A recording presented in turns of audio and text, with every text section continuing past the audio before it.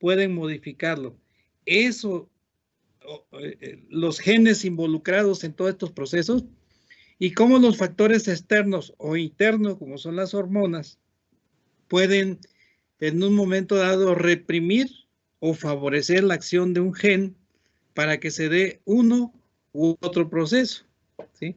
Entonces me hizo muy interesante y yo creo que a reserva de lo que ustedes me digan, porque pues, obviamente ya llevaron el curso de fisiología vegetal y a lo mejor se les va a hacer repetitivo, pero la verdad yo dudo que en el nivel de detalle que se trabaja aquí en este video y la forma didáctica con la que lo explica el autor del video, lo hayan recibido ustedes aquí en la especialidad. Por eso, ahorita que venía yo de la combi para acá, dije, bueno, ¿comparto o no comparto el video con mis alumnos de sexto año? Y he visto que vale la pena que ustedes vean ese video y redondeemos y después ya nada más precisemos algunos detallitos. El tema de crecimiento vegetal. Enfocado, obviamente, enfocado a los objetivos de la unidad. Esto es, enfocado el análisis de crecimiento hacia el manejo de cultivos, ¿sí? Hacia el manejo de cultivos para obtener mayor productividad.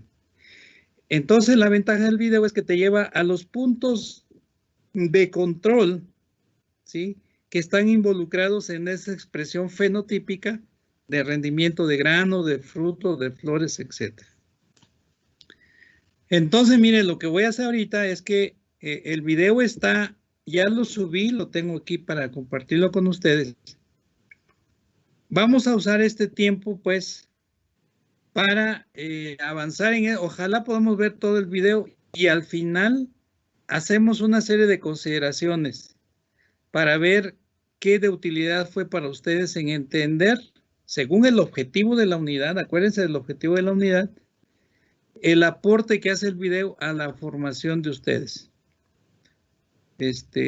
Entonces, voy a subir ese video, lo comparto. En el Inter, si ustedes tienen alguna pregunta, podemos interrumpir para ponerle pausa y aclarar las dudas, ¿sí? Está bien didáctico el documento, en serio, me encantó. Yo todavía no sé usar la pizarra, apenas ayer la bajé, precisamente después de ver el video, bajé la pizarra, pero usar la pizarra implica tener un muy buen internet, ¿sí? Porque pues el manejo de la pizarra implica mucha, ¿cómo le diré? Ancho de banda, ¿no? Tal vez aquí en Chapingo pues no haya problema, pero fuera de ella pues está difícil manejar la pizarra.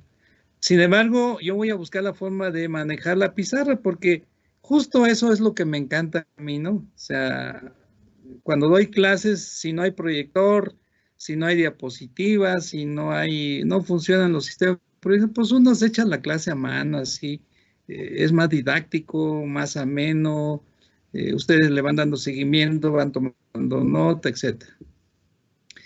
Esa es la otra cosa que me encantó de este video, ¿ok?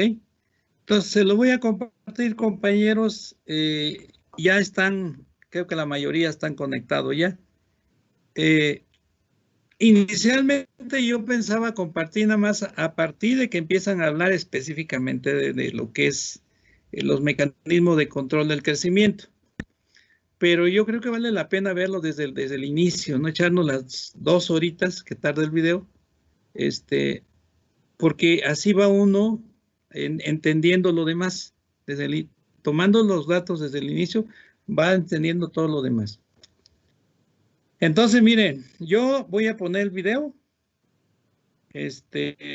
Ahí se los dejo para que ustedes mismos lo tengan, lo vean, lo consulten. Realmente es un instrumento muy bueno para el fitotecnista. Voy a dejar el micrófono abierto para cualquier cosa que ustedes digan, maestro, yo no entendí en esto, o creo que aquí hay algún detalle relacionado con temas que ya vimos, o cómo se vincula esto con lo que ya vimos, qué relación tendría esto con, por ejemplo, densidad de siembra, o fecha de siembra, o la nutrición del cultivo, la disponibilidad de humedad, ¿qué relación tendría esto? Ahí me encantaría que se centrara la cuestión. ¿Ok? ¿Están de acuerdo?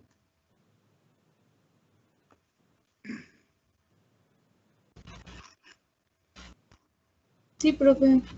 Bueno, entonces ahí les voy a compartir el video, ¿sí? Vamos a abrir aquí compartir.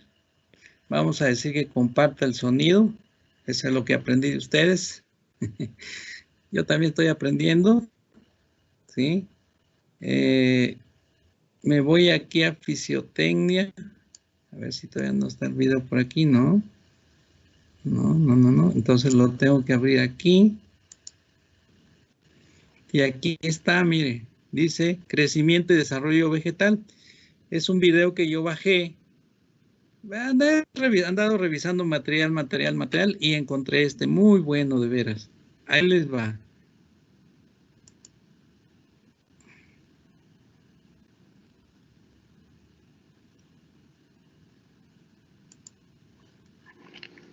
Bien, ahora vamos a ver lo correspondiente a crecimiento y desarrollo. Para ello... A ver, ¿todo el mundo lo escucha? Sí, profe, yo sí lo escucho. Ok, y me dicen si lo ven Sí, también. profe. Perfecto. Indicaremos en primer lugar, con relación, vamos a empezar informando sobre este concepto, el concepto de crecimiento. Entonces, esto se entiende básicamente crecimiento como un incremento, ¿no?, en tamaño o volumen. Estamos hablando particularmente a nivel de plantas, a nivel de vegetales. ¿Y cuáles serían los indicadores? Los indicadores para un crecimiento en tamaño o volumen pueden ser el peso seco, es decir, descontando el contenido de agua, ¿no? Puede ser la altura. Si hablamos de árboles, también podría ser el diámetro a la altura del pecho, ¿cierto? También podría ser el número de células.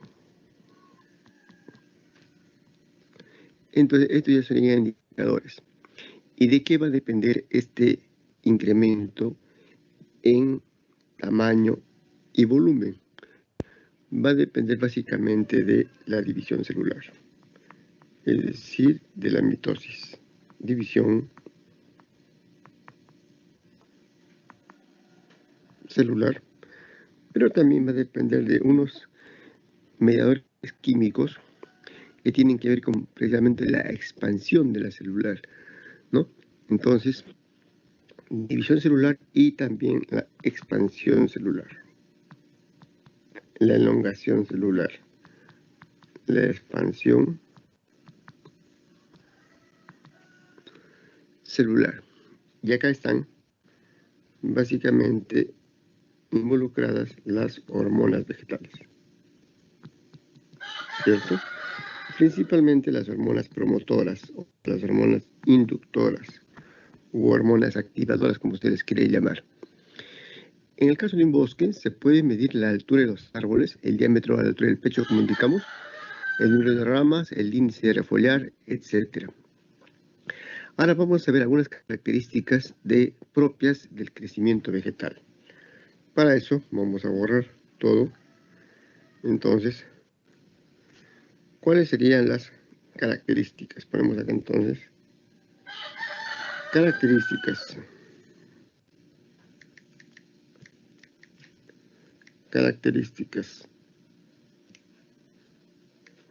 del crecimiento. Características del crecimiento vegetal.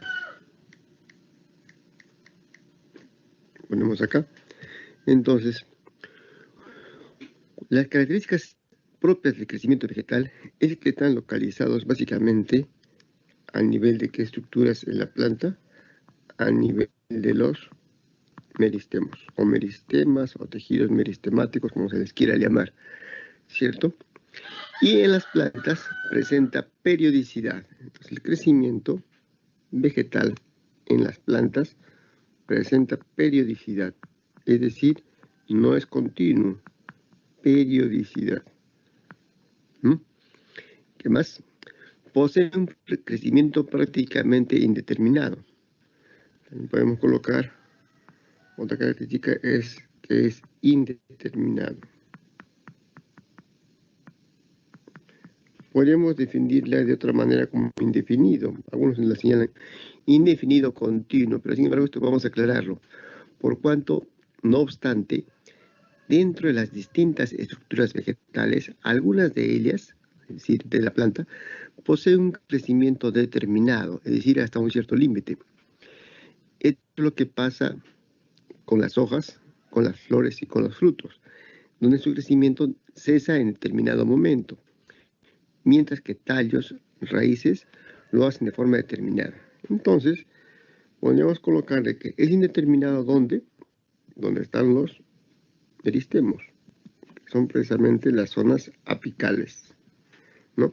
Y también podemos colocar entonces que es determinado, es decir, limitado, en las hojas, las flores y los frutos, ¿cierto?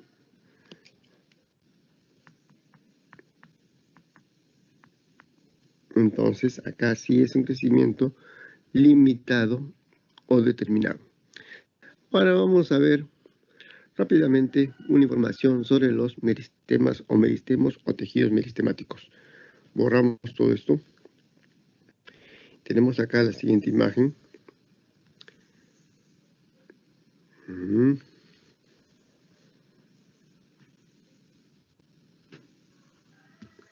Y acá tenemos entonces los meristemos, que son los únicos tejidos precisamente que conservan la capacidad de dividirse en forma continua o indefinida.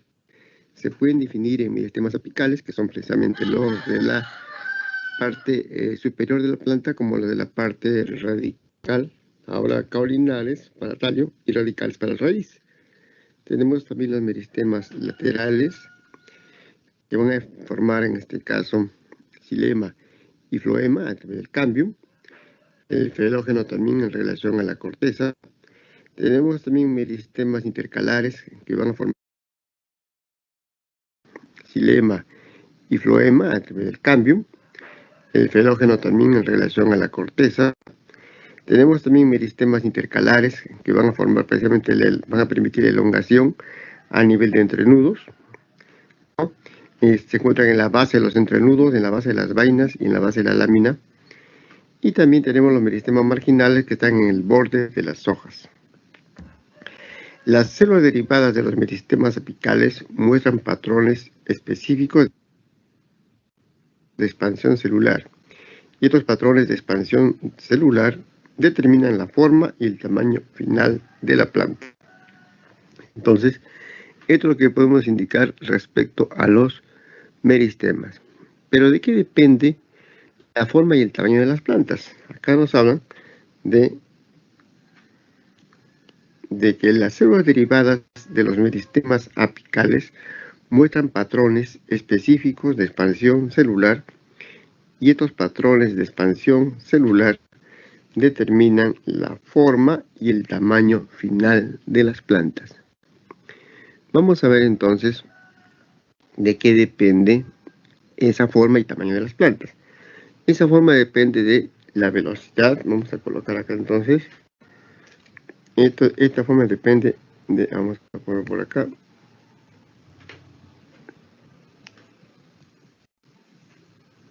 Depende de la velocidad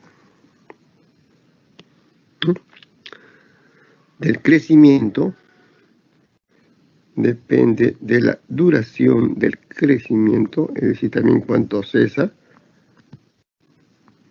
y también depende de la distribución de ese crecimiento, ¿no? A lo largo del tiempo. En las plantas anuales de floración terminal, la floración indica el fin de la actividad meristemática del ápice caulinar. Hay también dominancia apical, lo que determina la forma de las plantas, y también en el caso de árboles hay dominancia relativa, por cuanto la poda precisamente altera esta dominancia, ¿no? Y también en el caso de gramíneas está asociado al manejo mediante pastoreo. Veamos ahora nosotros entonces cómo se da el crecimiento a nivel celular. Borramos. Y ponemos acá entonces cómo va a darse el crecimiento a nivel celular. Para eso tenemos entonces acá esta siguiente gráfica, vamos a ponerlo, el crecimiento a nivel celular. Acá lo tenemos. Este crecimiento comprende la división celular, es decir, lo que es la mitosis, ¿no?, en la cual una célula se divide en dos células separadas, no siempre iguales entre sí, puede haber asimetría. Luego viene la expansión o el alargamiento, representado como el aumento de volumen. Y luego viene la diferenciación,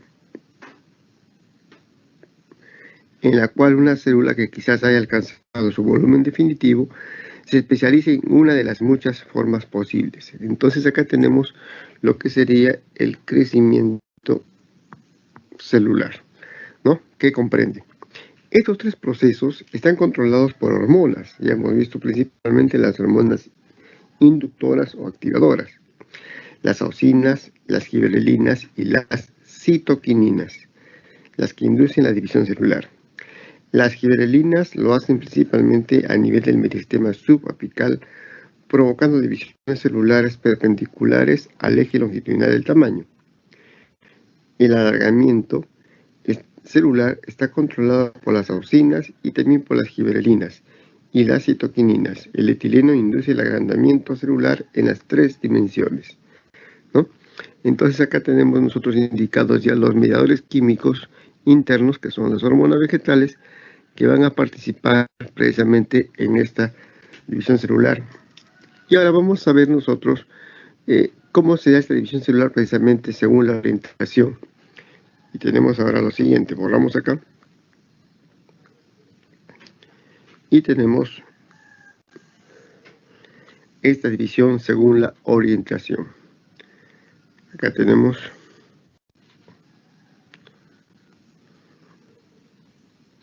vamos a poner otra gráfica más. Otra gráfica acá. A ver esta gráfica.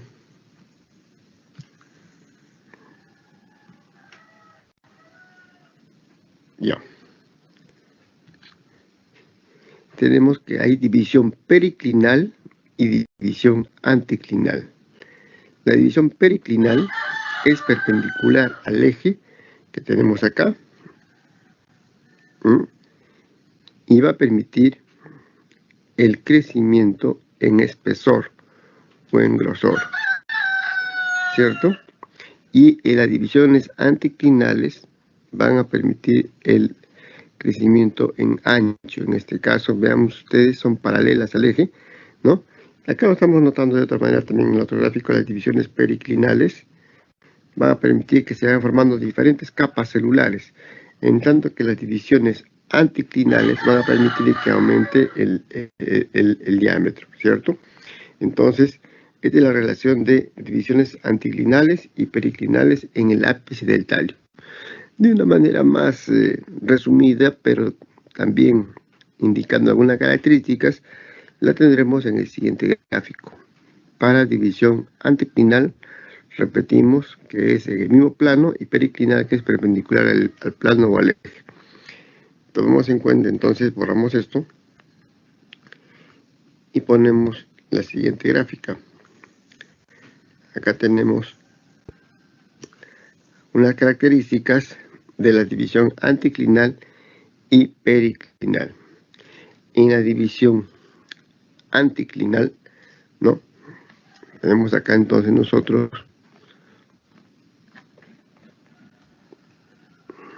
¿no?, que por definición es el método que la división celular toma lugar como un ángulo derecho al plano de la división celular.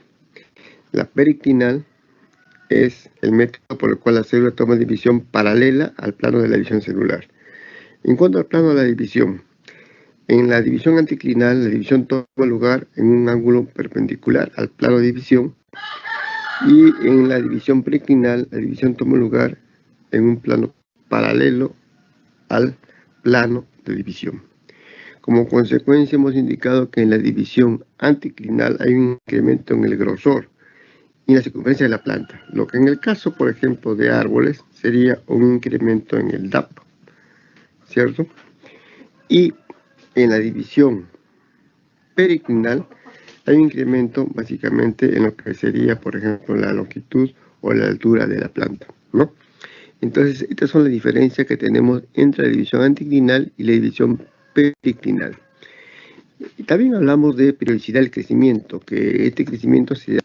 A ver, chicos, ¿cómo aplican ustedes esta definición de división anticlinal y división periclinal al manejar la densidad de siembra? ¿Cómo afectan ustedes estos dos procesos que están ocurriendo a nivel celular, ¿sí?, durante el crecimiento? Si nosotros manejamos dos variables, que serían densidad de siembra y humedad en el cultivo, ¿cómo lo están afectando ustedes? ¿Alguien me puede comentar?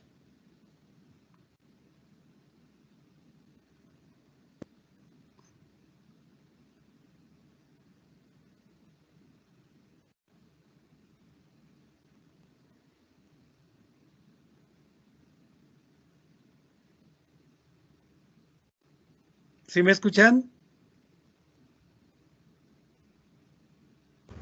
Sí, profe.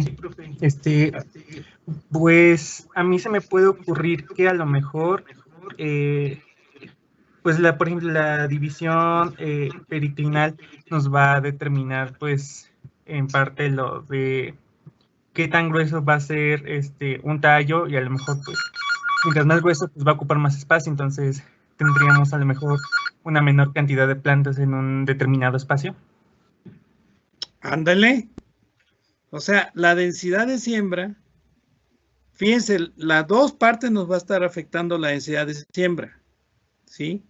Tanto la división anticlinal, que es la que nos va a dar, ¿qué? ¿Grosor o altura? Grosor.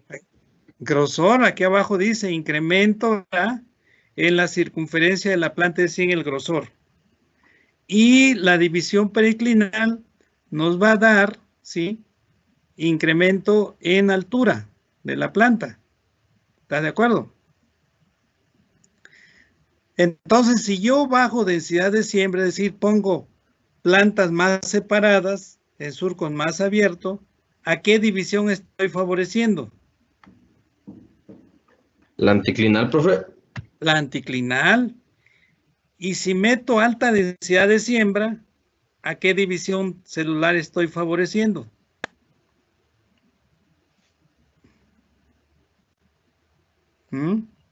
División periclinal. Perfecto. Entonces, fíjense, cuando yo manejo soya, por ejemplo, soya a baja densidad de 290,000 plantas por hectárea, ¿sí?, favorezco la anticlinal. Cuando por razones de efecto fotoperiódico tengo que meter hasta 400,000 plantas por hectárea, yo estoy favoreciendo esta división porque me interesa que la planta crezca, tenga más altura para que mis vainitas, las primeras, no cuelguen y no den a ras del suelo, ¿sí? Entonces ahí estoy favoreciendo con la densidad de siembra y por razones de fecha de siembra la división periclinal, con el riesgo de que al inhibir la división anticlinal esté yo generando problemas de acame, ¿de acuerdo?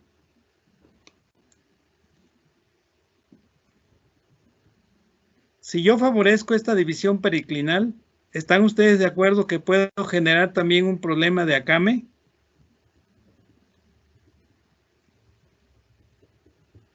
Sí. Sí, profe. Ok. Ahora, en ambos casos, tanto en la división anticlinal como en la división periclinal, implican la expansión o el alargamiento celular. ¿Y de qué va a depender la expansión y alargamiento celular? ¿De qué depende? De que una célula se expanda, se estire, pues. Básicamente, ¿de qué va a depender?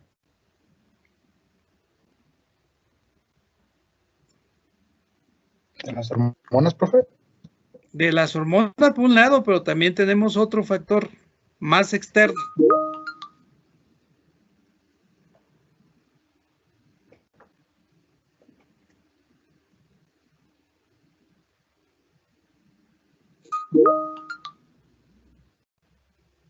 A ver, echen a andar su cabecita, porque por eso les decía. Muy bien, aquí están, muchacha, ¿cómo se llama? A ver, déjeme ver. Estoy viéndolo en el celular, así que espéreme tantito.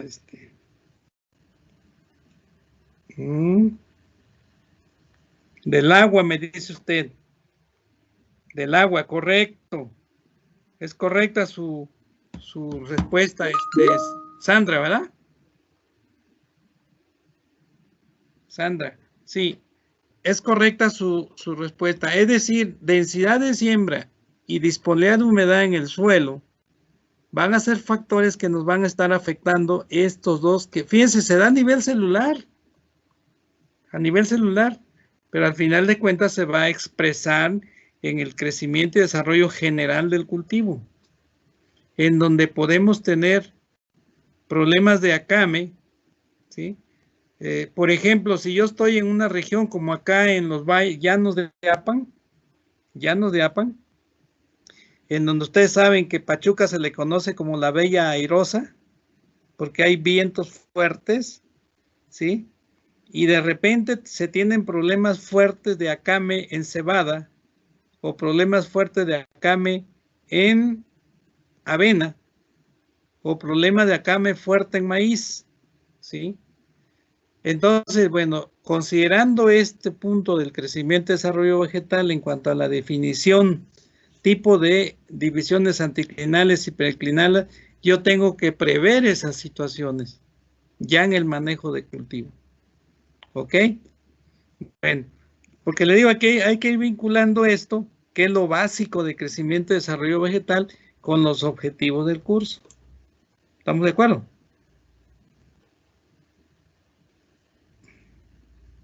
Seguimos.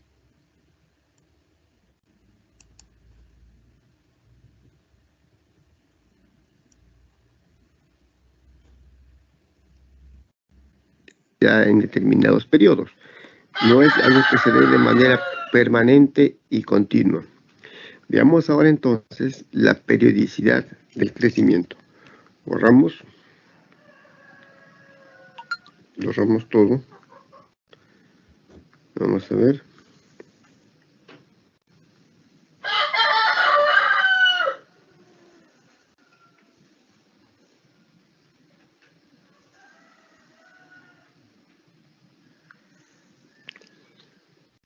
Tenemos entonces que hay una periodicidad del crecimiento. Ponemos acá.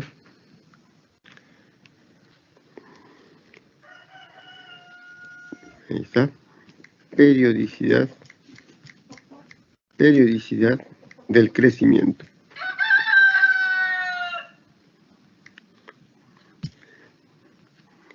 Ya.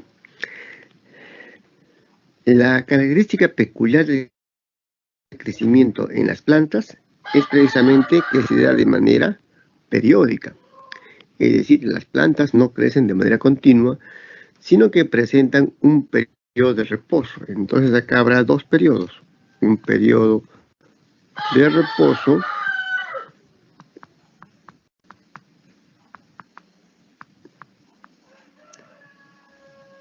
y un periodo de crecimiento.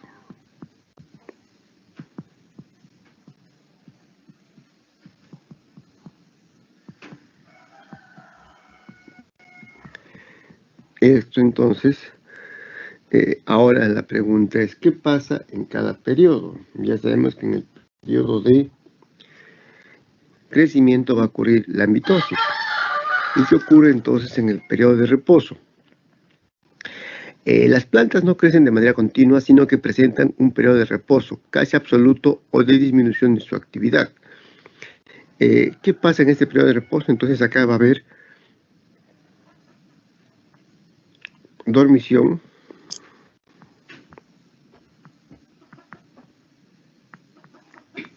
quiescencia.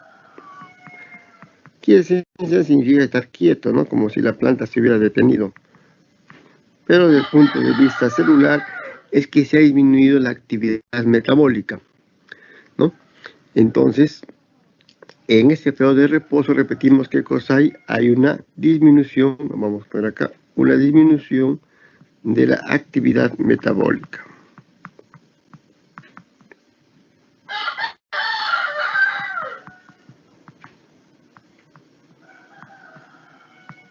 ¿No?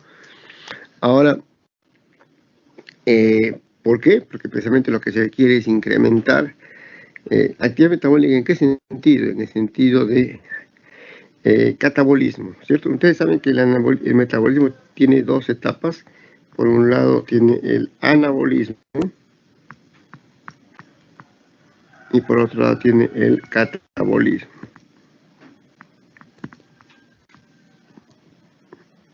¿No? Entonces, en el periodo de dormición, quiescencia, hay una disminución en la actividad metabólica de la planta, ¿no? Tanto en lo que corresponde a la síntesis de compuestos como en lo que corresponde a la degradación de compuestos, ¿no? Pero, ¿por qué? Porque en la fase de crecimiento lo que se va a incrementar otra vez va a ser la actividad metabólica y principalmente el anabolismo. Veamos cómo se da a nivel celular esta división que permite lógicamente el crecimiento de la planta. Ponemos entonces, borramos todo y ponemos nosotros acá una acción que es importante para que ocurra la división celular y el elongamiento de las células, que es el ablandamiento de la pared celular. Ponemos acá, a ver, vamos a borrar, ponemos acá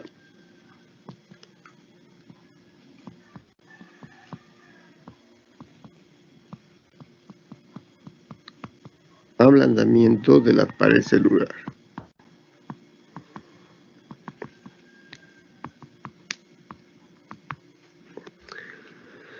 La pared celular pierde rigidez. Entonces, esto comprende una disminución de la rigidez de la pared celular. ¿Cierto? ¿Qué más comprende? Comprende un ingreso de agua, ¿no? Y también comprende la elongación, que va a ser denominada la extensibilidad.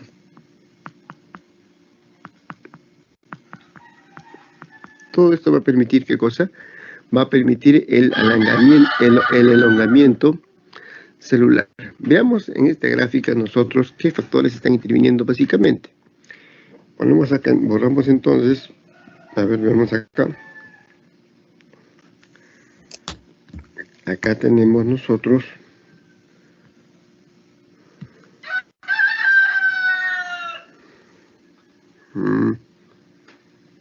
vamos a borrar, vamos a poner encima nomás, ya ahí está. Ahí está. ¿Qué tenemos? Bueno, vamos a borrar todo primero. Se ha montado. Entonces ponemos acá esta imagen que nos va a permitir entender cómo ocurre el elongamiento de la pared celular. Y acá tenemos nosotros de que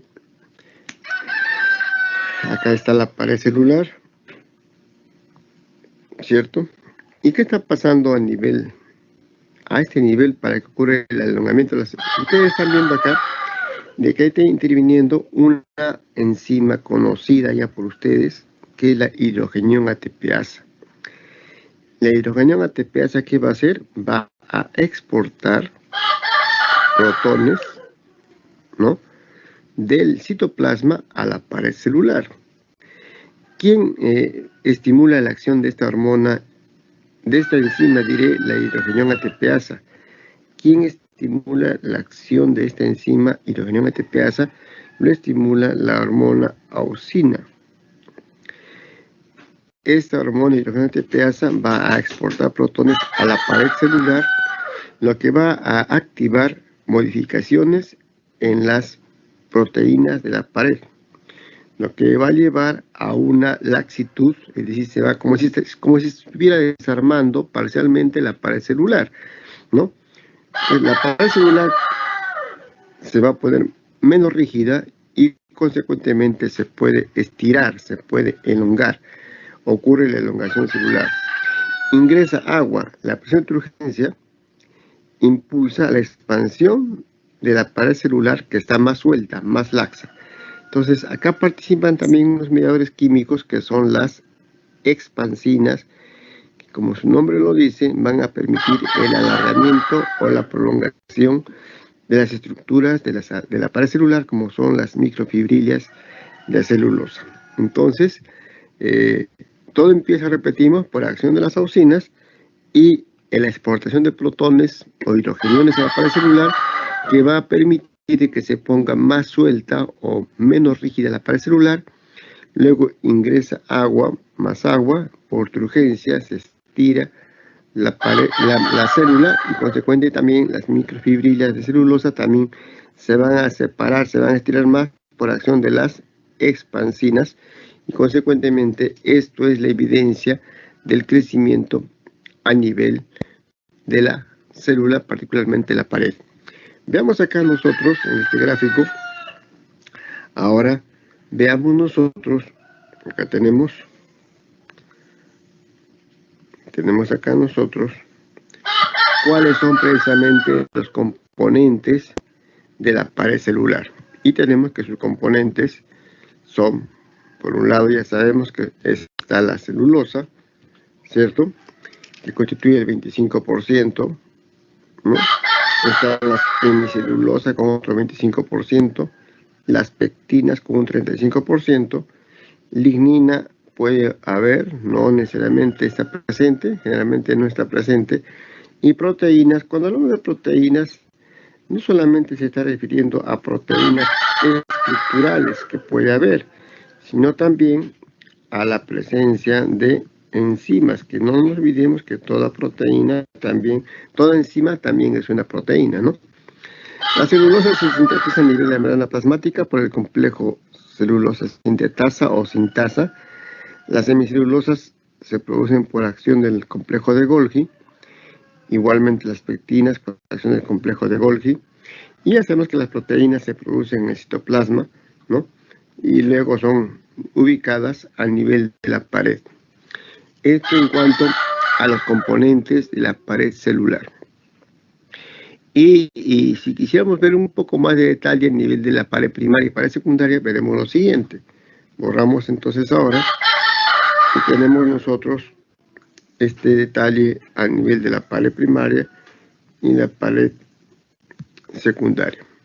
Entonces, en la pared primaria, ¿no?, participa lo que es la plasticidad, y las paredes celulares contienen proteínas, hemos mencionado, tanto estructurales como enzimas, ¿cierto? Esto no nos olvidemos, que hay dos tipos de proteínas, ¿no?, las estructurales y las enzimas, ¿no? Enzimas y estructurales, ¿no?, que estaban mencionadas acá. Por ejemplo, las estructurales tenemos precisamente la extensina, ¿sí?, y enzimas tenemos las expansinas, ¿no?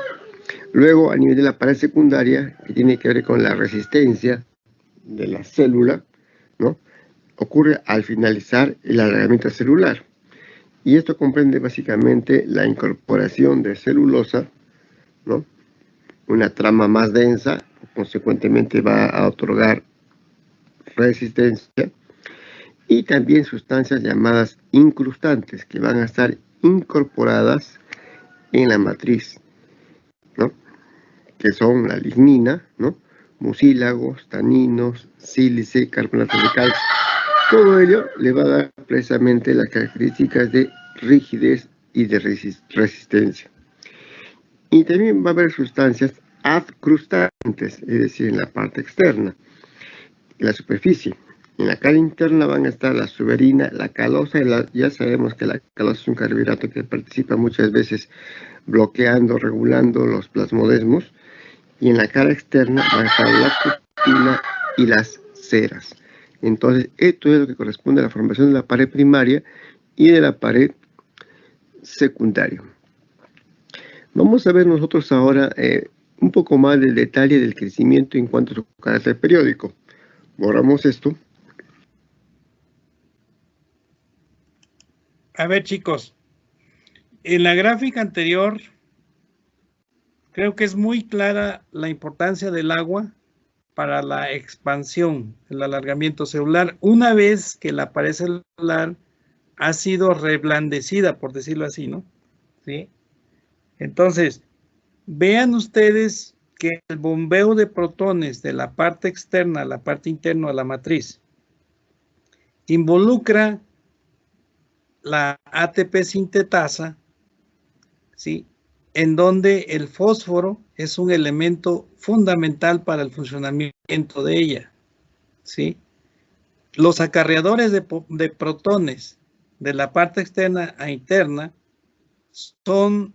requieren energía, y esa energía se aporta a través de ATPs, en donde el fósforo otra vez es un compuesto básico fundamental para el almacenamiento y transferencia de la energía. Entonces quiere decir que en el crecimiento activo de la planta del cultivo, la nutrición vegetal, ¿sí?, y el agua van juntos. Son fundamentales para que se dé un crecimiento vigoroso del cultivo. ¿Ok? Nutrición y agua. Van juntos. Acuérdense que el agua es el medio y el vehículo, el medio donde ocurren las reacciones químicas, metabólicas, tanto anabólicas como catabólicas, y es el vehículo a través del cual se mueven, en este caso, los nutrientes que van a participar en estos procesos, como es el fósforo. ¿Ok? Aquí lo puntualizando. Seguimos.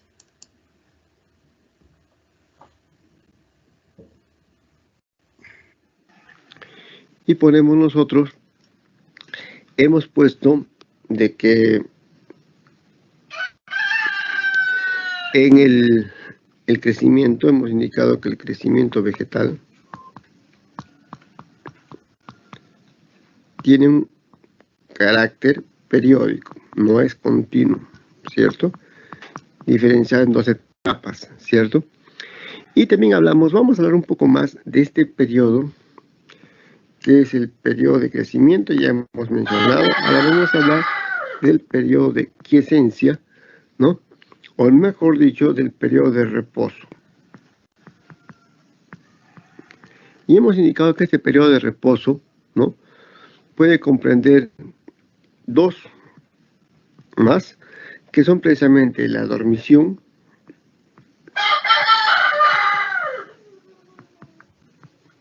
y la quiescencia.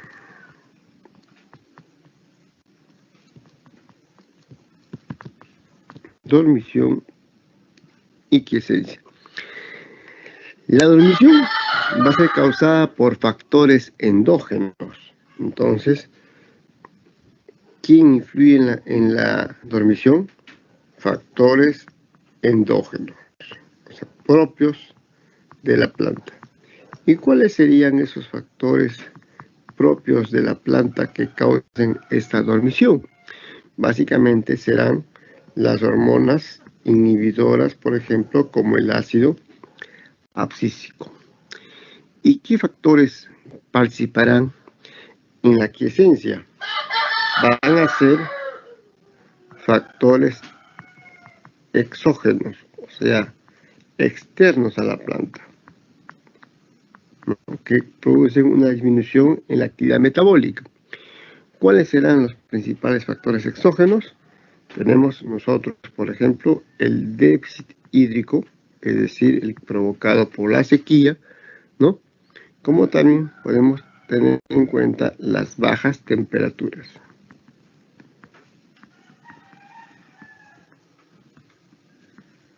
Las bajas temperaturas. Entonces acá tenemos nosotros los factores que influyen en esta fase de reposo a nivel de la planta, que son, repetimos, factores internos o endógenos que influyen en la dormición y factores externos o exógenos que influyen en la quiescencia de la planta. Ahora vamos a ver ya nosotros la cinética del crecimiento. Ponemos entonces cinética del crecimiento. A ver, borramos todo. A ver, chicos, en esto de la quiescencia y la dormición, ¿ustedes podrían darme un ejemplo de dónde estamos manejando quiescencia y dormición? ¿En cultivos? Acuérdense que la quiescencia es inducida por factores externos como falta de humedad o temperaturas bajas.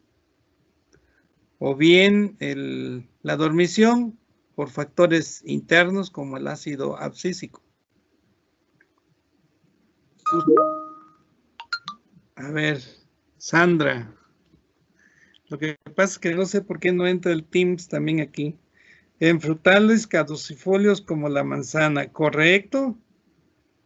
Correcto, Sandra, muy bien. ¿Alguien más? ¿En alguna hortaliza lo manejamos eso? Profe, para el caso de las plantas, por ejemplo, una quiescencia podría ser en el caso del maíz cuando tenemos, o sea, cuando no hay riego, entonces se limita su crecimiento y si esa condición,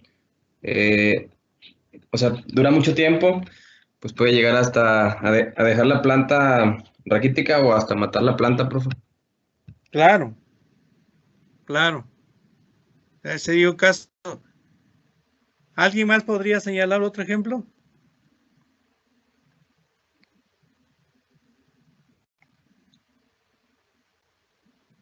Ahí les va uno, mire, por ejemplo, el caso del cártamo. El cártamo tiene que pasar un periodo que se le llama de roseta. Y no es que se quede quieto, sencillamente se inhibe el crecimiento aéreo, el meristemo apical que le daba crecimiento hacia arriba, se inhibe por baja temperatura. Por baja temperatura se mantiene quieto, pero la raíz no se mantiene quieta, la raíz se va para abajo. Ese periodo de quiescencia en cártamo por la baja temperatura es necesario para que la raíz profundice y se prepare para sobrevivir en condiciones en que la humedad va a ser muy escasa. El cártamo va a estar floreando allá en marzo, parte de abril. ¿Sí? Entonces necesita que su raíz profundice y para ello necesita que la parte aérea esté quiescente, esté tranquila, no crezca, mientras la raíz se va para abajo. Y es inducida por bajas temperaturas. Si las temperaturas son altas, ese periodo quiescente es muy reducido. Hay un crecimiento rápido hacia arriba, pero la raíz no crece. Y entonces la planta va a sufrir cuando llegue el periodo más seco del año. Sí, ese es otro ejemplo. ¿Lo aplicarían ustedes en trigo para el caso de amacollamiento? Eso que hemos comentado varias veces. ¿Sería aplicable eso de quiescencia?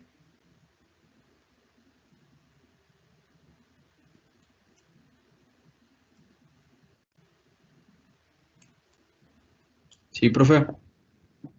¿En qué momento? Pues en las primeras etapas de la planta, profe, usted nos mencionó que en las bajas temperaturas inducen a un mayor número de macollos por planta. Así es. Y para ello, el meristemo apical del tallo principal debe mantenerse quieto, ¿no? Debe inhibir su actividad. Ese es otro ejemplo de quiescencia.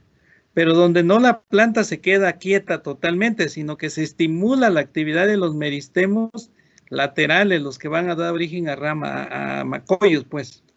¿Sí? Muy bien. ¿Alguien más Profe, puede dar ejemplo? Sí. pues de hecho también en frutales vimos que esa pequeña quiescencia estimula la inducción floral, profe. O sea, es necesaria incluso para que se induzca la floración. Perfecto. Se inhiba el crecimiento vegetativo, ¿no? Y se favorezca el desarrollo de órganos reproductivos. De acuerdo. Muy bien. ¿Alguien más? Usted anda bien colmilludos, chamacos. Por eso yo dije, ver este video vale la pena, porque seguramente nuestro cerebro tiene un montón de información metida ahí, ¿no? Y a veces ahí está guardada y no la sacamos, pero cuando algo lo engancha y hace que salga, expresan ustedes toda esa información que tienen acumulada ahí. Entonces, eso me imaginé cuando dije, es bueno que vean este video. A lo mejor van a repetir cosas básicas que ya vieron en fisiología vegetal, pero vale la pena que ahora esa cosa básica la enfoquemos hacia los objetivos del curso de fisiotecnia. Y creo que se está logrando. ¿Cómo ven ustedes?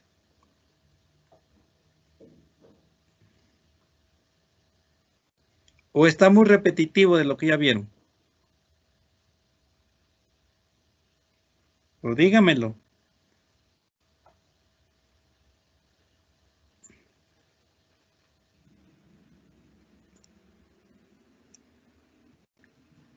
Dígamelo, muchachos.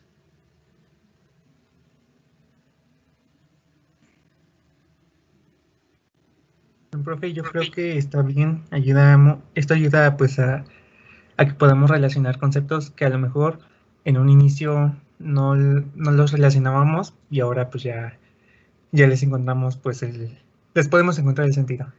Exactamente, exactamente, esa es la idea. Bien, vamos a seguirle pues. Ahí vamos. Y ponemos cinética del crecimiento. Y veamos este gráfico para poderlo entender. Acá vamos a poner entonces, veamos este gráfico que nos va a permitir ver, ¿dónde está? Acá.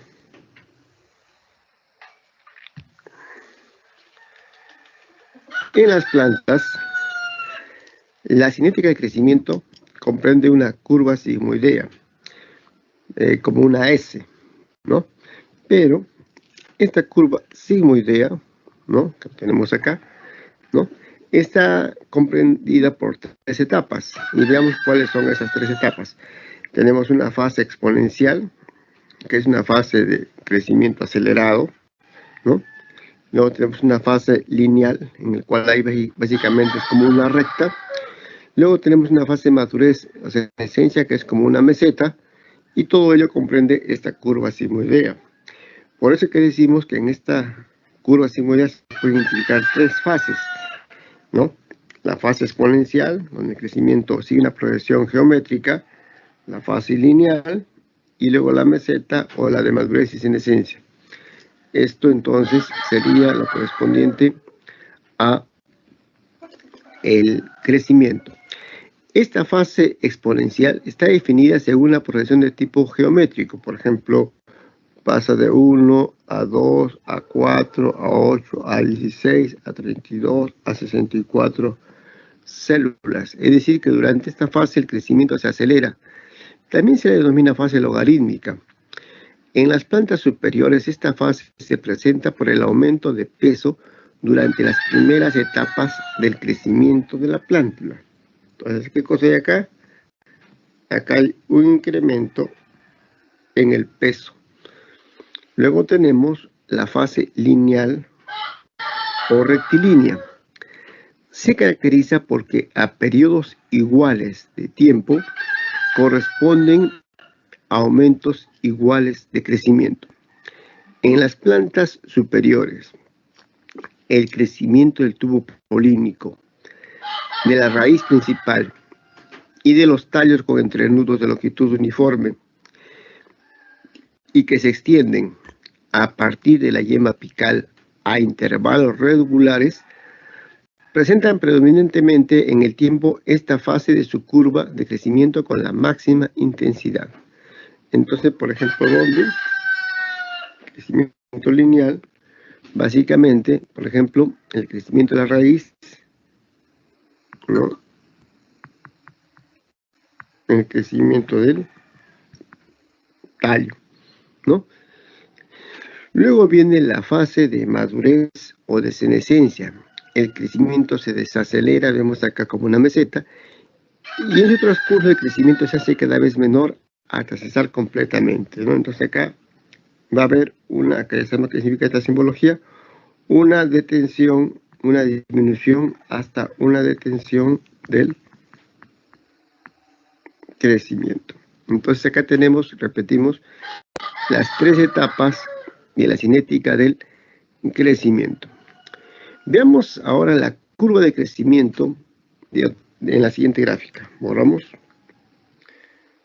todo y ponemos acá nosotros la siguiente imagen. Acá está. Esta imagen es la curva de incremento del crecimiento o curva de incremento diario. La curva de incremento diario, ID, se calcula como la diferencia entre la altura en el día 2 menos la altura en el día anterior, o sea, en el día 1, dividido la diferencia de tiempo transcurrido en el periodo. Por ejemplo, acá nosotros ya sabemos que esto les parece bastante, si ustedes se dan cuenta, a lo que hemos mencionado varias veces, que es la curva fisiológica, ¿se acuerdan? Hemos hablado de la curva fisiológica varias veces, ¿cierto? En el cual hay un incremento, ¿no? Una meseta y luego un decremento, ¿cierto? Acá lo tenemos de una manera esquemática, esta curva, en el cual acá está la fase exponencial, ¿cierto? Acá está la fase lineal y acá está la fase de senescencia o madurez. Acá lo tenemos de una manera estilizada para poder entender. Acá no está la gráfica, la curva sigmoidea. Con esa observación que estoy haciendo, esta no es la curva sigmoidea, sino es una gráfica estilizada que se asemeja a la curva fisiológica en la cual estamos colocando la fase lineal en la meseta ahora, ¿no? La fase exponencial previa y luego la fase de senescencia o de madurez ya en el declive, ¿no? Bajo esta aclaración, entonces, ¿por qué se hace esta gráfica estilizada? Para poder estimar la curva de incremento diario. Por ejemplo, en este caso, el incremento diario será, si tomamos en cuenta nosotros, la altura en el día, tenemos acá la altura en el día 2, la altura en centímetros por día, ¿no? En el día 2, o por ejemplo, en el día 10, si queremos en el día 10, sería 10 respecto al día 0, ¿no? Será 10 menos 0, ¿no? Acá. A2, ¿cuál será? Por ejemplo, será 10 menos 0, si queremos comparar respecto a la hora inicial, entre, ¿no? El tiempo 2, ¿no? Yo quiero ver a los 6 días, ¿no? Ahí, 6 menos 0, ¿no? Entonces la 10 menos 6 será 5 entre 3, dividiendo esto me va a dar el incremento diario. Es un ejemplo que estoy colocando acá. Repito, acá estoy tomando en cuenta dos puntos. Estoy tomando en cuenta la altura, que alcanzó 10 centímetros por día, respecto al valor inicial, que era 0, ¿no? Dividido entre el tiempo. Quiero tomar en cuenta el crecimiento al 6º día, como un ejemplo. Entonces tengo 6 también respecto a 0, 6 menos el tiempo 1, que es 0. Me va a dar 10 entre 6, o sea, 5 entre 3, y luego ya saco el cociente correspondiente, ¿no? Que será el incremento diario. Y así ya para intervalos más específicos, por ejemplo, cuánto creció del día 12 respecto al día 8, y así podemos sacar diferentes ejemplos, ¿no? Bueno, veamos ahora nosotros un poco más de en otra gráfica vamos a ver ahora este crecimiento, pero ya considerando las etapas particulares de la planta. Borramos acá, borramos todo y tenemos ahora nosotros acá, según la cinética de crecimiento otra vez, tenemos acá, detallando un poco más esta curva sigmoidea, tenemos cómo se incrementa la altura o el peso en el eje Y, ¿cierto? Y en el eje X tenemos el tiempo, ¿cierto? Entonces acá tenemos la germinación, la emergencia de la plántula, luego viene la plántula precisamente, luego el periodo de gran crecimiento que es exponencial, luego viene la reproducción, la maduración y la madurez, ¿no? Y luego va entrando ya a la senescencia, ¿no? Y a nivel de especies arbóreas forestales, ¿cuáles serían los indicadores que nos permitan ver cómo está ocurriendo esta cinética de crecimiento? Sabemos que a nivel de... Aquí, chico, es pertinente hacer la siguiente precisión. Justamente aquí en esta curva, desde que nosotros sembramos, ¿sí? Se da proceso de germinación y luego sale la plantita, ¿sí? Todo este periodo hasta todo esto del periodo de gran crecimiento antes de la fase de reproducción es donde nosotros tenemos que cuidar tanto la cuestión, sobre todo la cuestión de malezas. Acuérdense que aquí tenemos una competencia por luz, agua y nutrientes, ¿sí? De las plantas arbences, las mal llamadas malezas, porque muchos de esas se comen, ¿verdad? Los quelites, quintoniles, verdolagas, etcétera, son comestibles.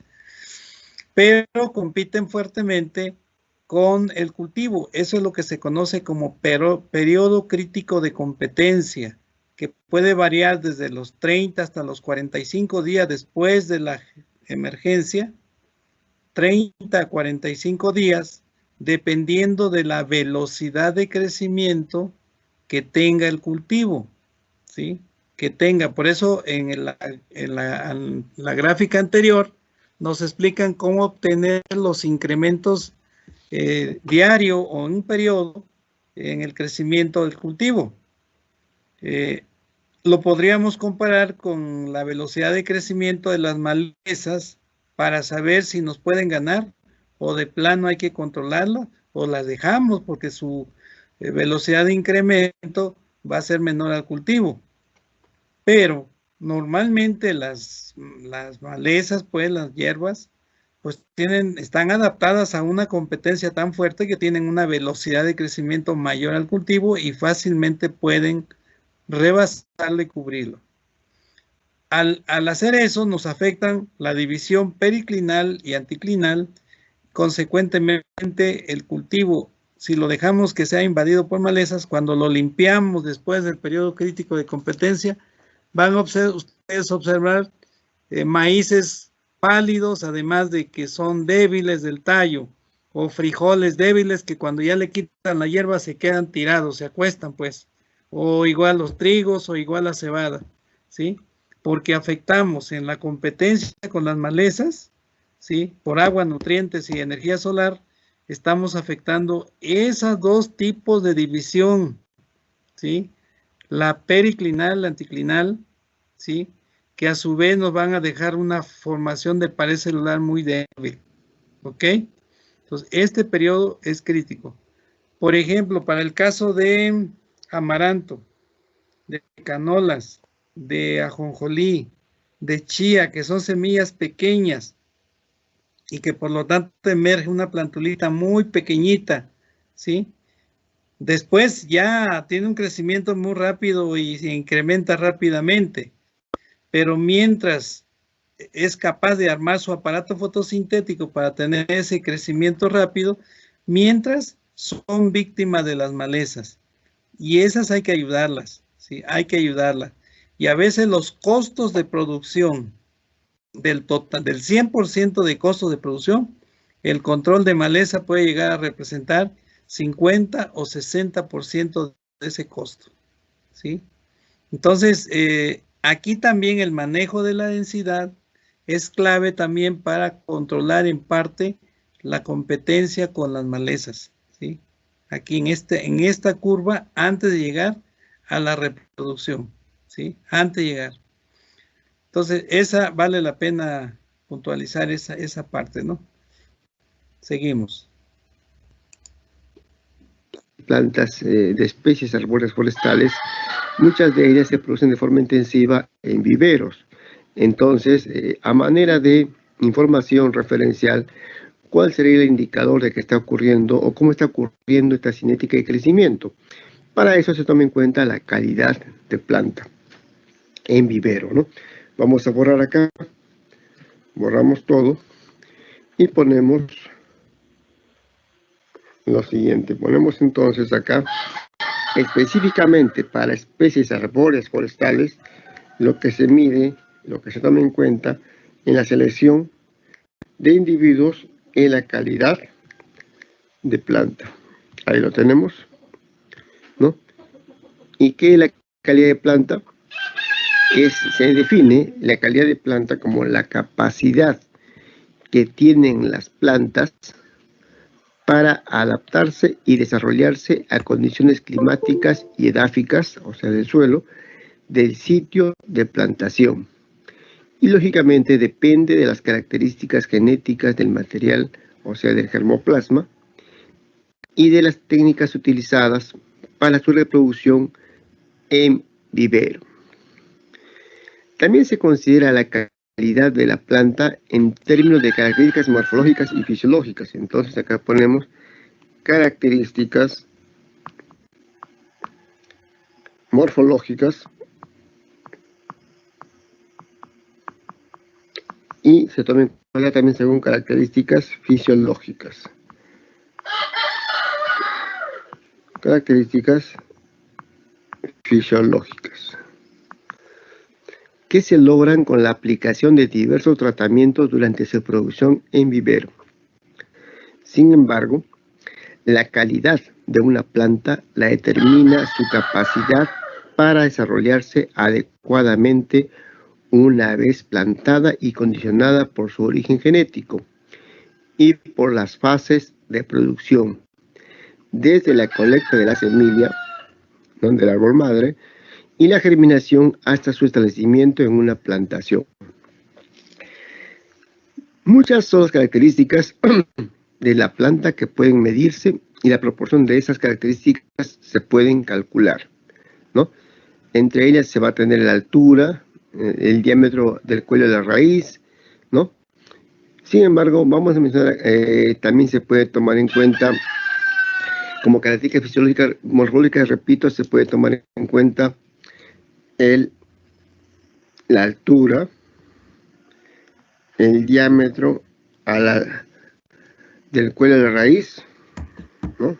El diámetro, acá vamos a borrar, el diámetro del cuello de la raíz, ¿no? Son las características morfológicas más frecuentemente medidas, ¿no? También se puede tomar en cuenta otras características visuales, ¿no? Por ejemplo, un número de características visuales, por ejemplo, que tienen que ver con el color, con el tamaño de las hojas, ¿no? En tanto que para los caracteres fisiológicos se puede tomar en cuenta la concentración, vamos a poner la concentración de nutrientes. La concentración de nutrientes. Por ejemplo, ¿cuáles? El NPK, nitrógeno, fósforo, potasio, ¿cierto? Calcio, magnesio y también el azufre, ¿no?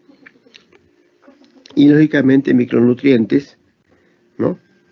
Estos son, y también micronutrientes como el hierro, el manganeso, el zinc, el cobre y el boro. Entonces, estas serían las características fisiológicas. Repetimos, acá tenemos micronutrientes y acá tenemos macronutrientes, ¿cierto? Bueno, veamos ahora entonces nosotros algunos de estos indicadores de calidad de plantas en vivero que nos están evidenciando cómo está ocurriendo el crecimiento precisamente de estos individuos. Borramos entonces todo esto y tenemos acá lo siguiente. Borramos, tenemos acá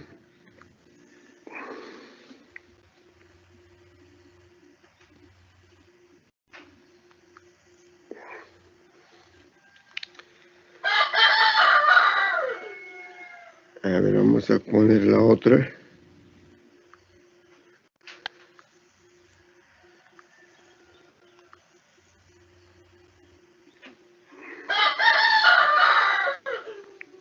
Ahí está.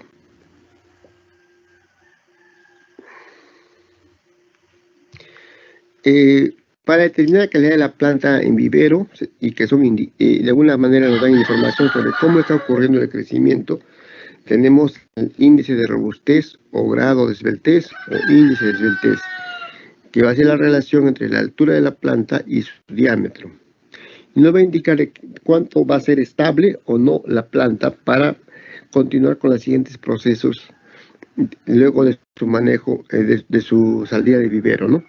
Tenemos entonces el grado de esbeltez, índice de esbeltez o de robustez, que es el cociente entre la altura y el diámetro. Y nos indica, lógicamente, qué cosa es un indicador de la estabilidad del individuo. Estabilidad desde el punto de vista que no se vaya a caer, que tenga equilibrio, ¿no? Y luego tenemos el índice de calidad de Dixon. El índice de calidad de Dixon nos va a indicar básicamente la acumulación de nutrientes y de componentes estructurales en la planta. Por eso se toma en cuenta el peso seco. El peso seco en el numerador, el peso seco total. En el denominador tenemos la altura del individuo en centímetros sobre su diámetro, más el peso seco de la parte aérea, sobre el peso seco de la parte radical, ambos en gramos.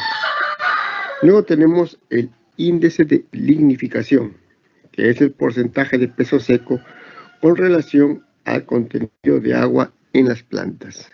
Acá está, es el peso seco en gramos, o sea, el peso total húmedo por 100. ¿Por qué? Porque es un porcentaje, ¿cierto?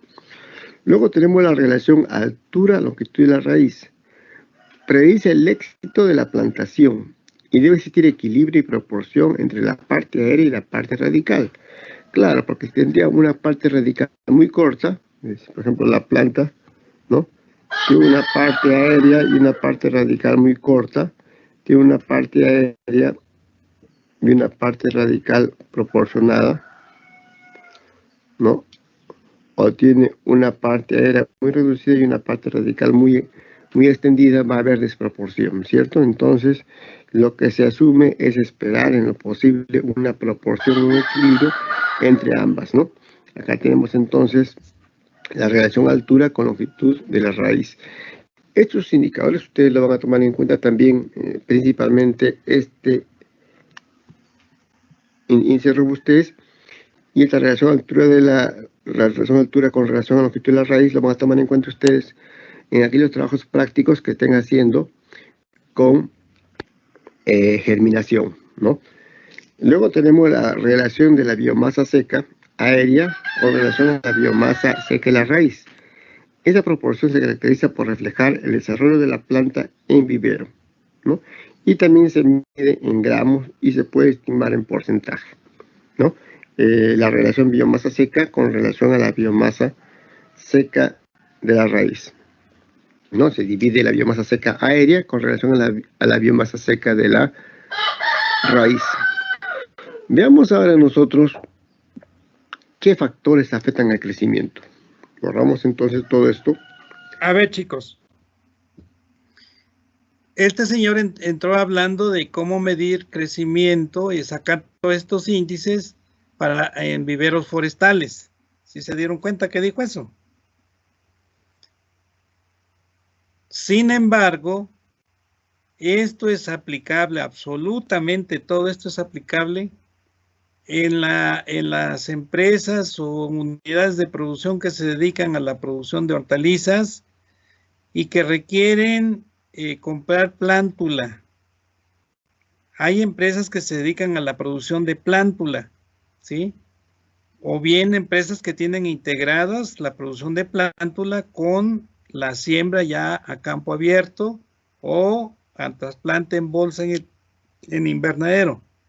Entonces, todos estos variables que están indicándose aquí son aplicables no solamente en plantas o en viveros forestales, también son aplicables en producción de hortalizas, ¿sí? En chile, en jitomate, en coliflor, en brócoli, en canolas, ¿sí? Por ejemplo, yo uso para adelantar siembra, cuando son siembras para producción de vaina en canola, hay que salir en el mercado por ahí de mayo, cuando los precios están elevados.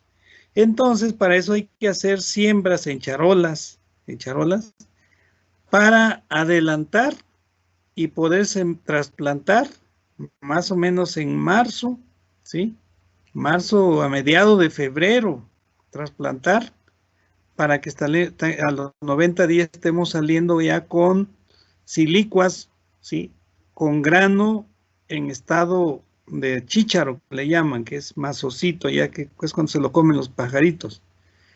Cuando salimos en esa fecha, tenemos muy buenos precios en el mercado, porque no hay, ¿sí?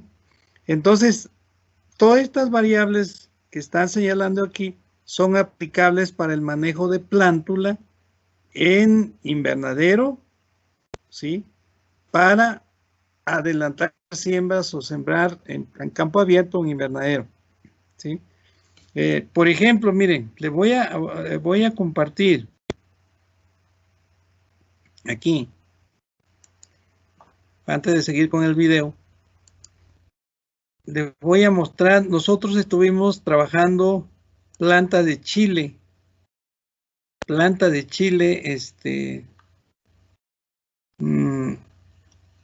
allá en San Luis Potosí. Entonces, miren ustedes, aquí están todas las plántulas, todas las condiciones en las que se manejan en la empresa que nos produjo la planta. Vean todas las condiciones, es el chile que esta es la variedad Coloso de chile serrano, es un híbrido. Pero todo esto, las condiciones de humedad, de temperatura, de radiación, ¿sí? Con tal de darle las mejores características de las que se están señalando en esas variables que se comentó, hay que darles a través de este manejo, ¿sí? Y vamos a obtener plántulas, déjenme, como esta. Déjenme ver si me la abre. ¿Sí la alcanzan a ver?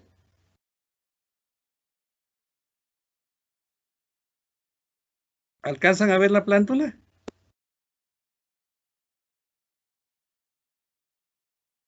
¿Chicos? No, profesor, solo vemos su fondo de pantalla con varias imágenes, no la imagen completa. A ver, entonces, espérenme ahorita. Porque incluso sigue. Espérenme, déjenme ver.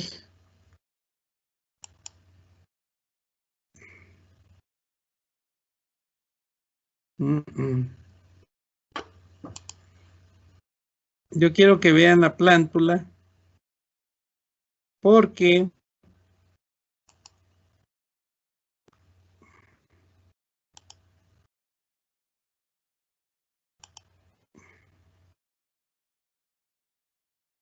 no sé por qué no se alcanza a compartir, pero a ver, ¿la ven ya? Ya, profesor. Ah, bueno, aquí es donde se aplica todos. Aquí es donde se aplica todo eso. Miren ustedes, aquí tengo, esta es la condición ideal, por ejemplo, para trasplantar el chile serrano. Vean que tiene una altura de aproximadamente, tiene 13 centímetros de la base de la charola, ¿sí? Y aquí abajo, pues están los conitos ¿cómo se llama? De la charola, del sustrato. Pero vean el número de hojas que tengo, el diámetro de tallo que tengo. Si yo calculo los parámetros que me está pidiendo acá el señor, voy a obtener los mejores parámetros para esta plántula, que es de excelente calidad para ser trasplantada. Vean la uniformidad de altura, eso es calidad de plántula. Entonces, todos estos conceptos que se están utilizando en la presentación son aplicables no solamente en viveros forestales, son aplicables aquí en Puebla, por ejemplo, en Tecamachalco, para allá donde está la zona hortalizada de Puebla, hay muchos invernaderos que se dedican a la producción de plántulas, ¿sí? O productores que se dedican exclusivamente a la producción de plántula. Y hay que tener el criterio agronómico suficiente para valorar si esas plántulas reúnen un requisito, o el requisito agronómico, fisiológico, fisiotécnico, para ser llevadas al campo con plena seguridad de que me va a dar una planta productiva, de excelente calidad. Para eso sirven esos parámetros, no es nada más para que se lo memoricen y ya. ¿Me explico? ¿Sí? Este es el caso de plántula de chile, pero también le digo, nosotros producimos también plántula de canola para adelantar siembra y obtener mejores precios en el mercado cuando se produce para vaina, ¿sí? Entonces, este es chile producido aquí en San Luis Potosí, cerca de la capital del estado. Aquí producimos esta plántula y después esta la llevamos allá a Tamuín, San Luis Potosí, donde se trasplantaron y dieron excelentes resultados, ¿sí? Pero obviamente es una empresa bien constituida con toda la infraestructura tecnológica y humana, de recursos humanos, porque aquí hay ingenieros fitotecnistas, hay ingenieros en irrigación que están monitoreando el desarrollo de la planta y midiendo los parámetros que están señalados acá para garantizarle al productor que lo que le están vendiendo es una plántula de excelente calidad. Ustedes pueden verlo aquí, pues, ¿sí? ¿Ok? ¿Queda claro eso o no? Miren, ¿sí? Ahí están las charolas. No sé, mire, aquí ya se estaba sacando para meterla en estas cajas y trasladarlas para para allá, para Tamuín. Entonces, pues yo la verdad que estoy muy satisfecho con todo esto. Sí, vean ahí tenemos ahí están sacando la plántula de la charola. Muy hábiles las señoras. Mire, aquí está el cepellón. Decía el señor que debe haber proporción entre la parte aérea y la parte radicular. Eso es bien importante, por ejemplo, para el caso de brócoli. Para el caso de brócoli y para el caso de canolas. Porque, especialmente la canola, en los primeros 20 días después de la germinación, lo que hace es desarrollar la raíz hacia abajo, ¿sí? Porque es una planta que busca sobrevivir en una condición de agua limitada, ¿sí? Entonces, uno tiene que trasplantarla no más allá de los 20 o 22 días después de la germinación. Cuando se le pase ese tiempo, nosotros sacamos este cepellón, ¿sí? Y lo trasplantamos, pero la planta ya no alcanza a meter su raíz. Entonces se queda muy superficial y ahora va a exigir más riegos para poder desarrollarse. Cuando la sembramos antes de los 22 días, la trasplantamos, ella mete su raíz y se mantiene aunque no tenga humedad. Cuando se nos pasa ese tiempo y la sembramos más tarde, entonces tenemos que acompañarla con más riego, ¿sí? Esa es la importancia de saber cómo se desarrolla la raíz, cómo se desarrolla la parte aérea, ¿sí? Por eso esos valores que se dan allí en la tablita que está manejando el expositor, ¿sí? Esto es bien importante, especialmente ahorita que estamos viviendo esto del cambio climático, en donde el agua siempre va a ser limitante, siempre. Entonces, el manejo del desarrollo de la parte aérea y de la parte radicular va a ser clave para ahorrar agua, ¿sí? Y facilitar el crecimiento y desarrollo de la planta, aún en condiciones donde el agua sea limitante. Déjenme ver por acá, hay otra, ya donde se maneja. Mire qué hermosa, la verdad a mí me emocionó ver todas estas plantas. Vean su manejo, eso es garantizar. Ahí está el camión de la cooperativa subiéndose las cajas, ¿sí?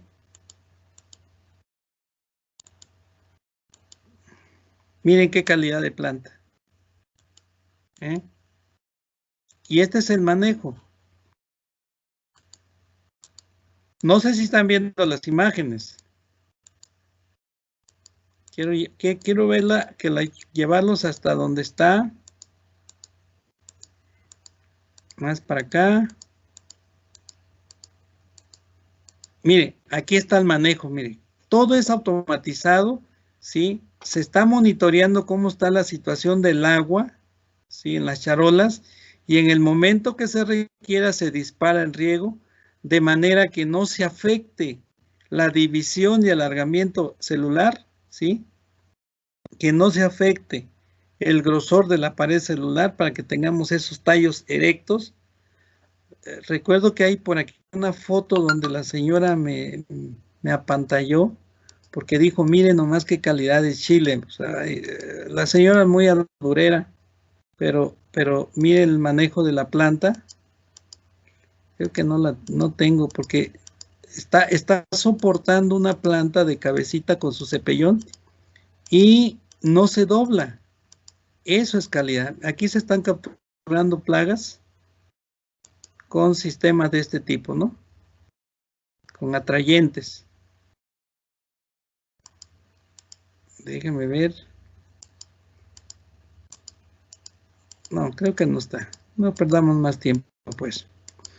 Pero sí es muy,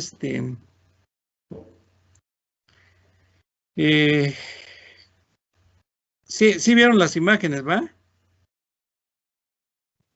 Sí, profesor. Ok. Entonces, vamos a seguir viendo el video. Pero era importante, yo les quería comentar esto, ¿sí? Para que no se vayan a ir con la finta.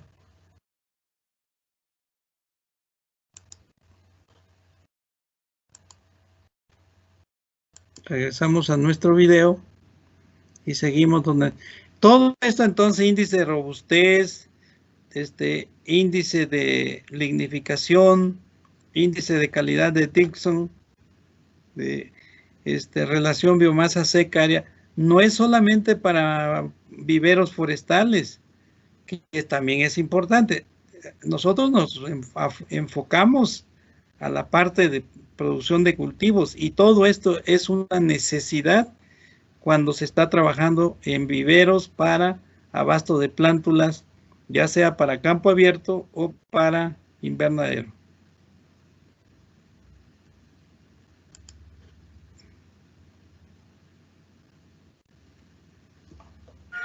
Cerramos y ponemos factores que afectan el crecimiento. Factores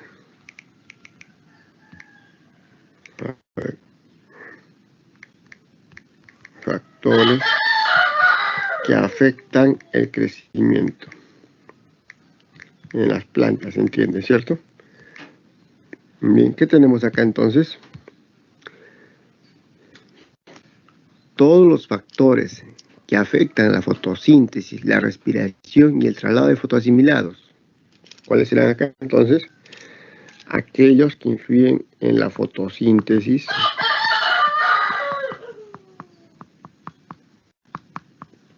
¿no? En la respiración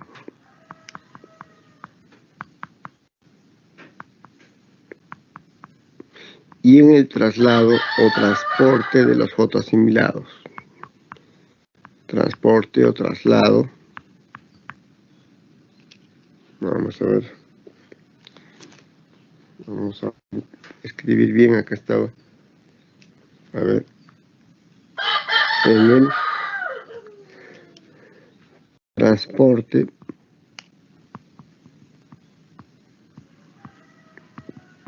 de fotoasimilados, ¿no?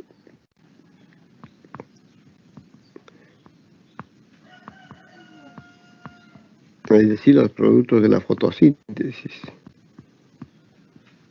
Entonces, si se altera la fotosíntesis, va a haber menos fijación de CO2. Si aumenta la respiración, va a haber menos fijación de CO2. Si hay problemas con el transporte de fotoasimilados, entonces también no van a crecer adecuadamente algunas estructuras de la planta, como son, por ejemplo, los frutos. Pero también tomemos en cuenta entonces, a nivel de la fotosíntesis, ¿qué factores, por ejemplo? Acá tiene que ver la irradiancia o la cantidad de energía solar disponible para la planta, la irradiación solar, ¿no? A nivel de la respiración, hay varios factores que pueden influenciar, pero el principal factor es el estrés, ¿cierto?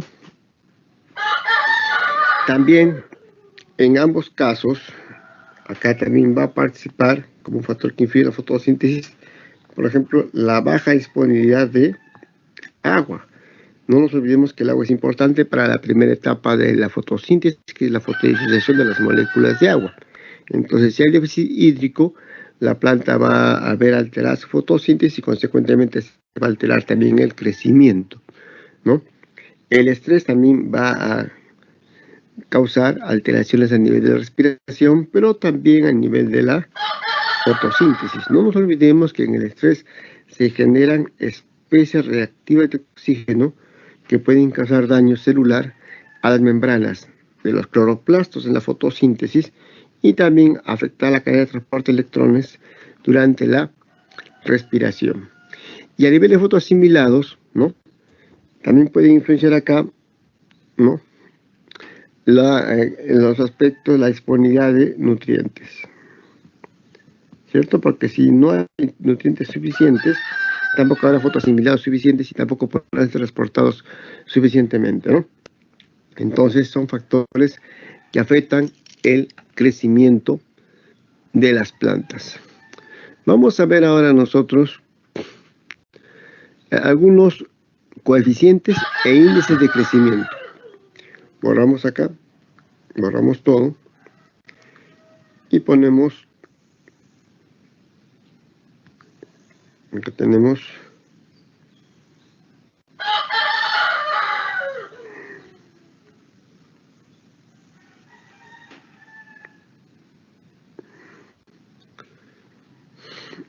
¿dónde está? A ver, ya. Tenemos entonces nosotros unos coeficientes e índices de crecimiento. Vamos a ver. Acá está.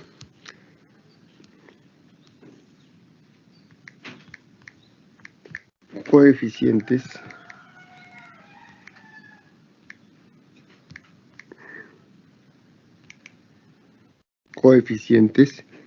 e índices de crecimiento.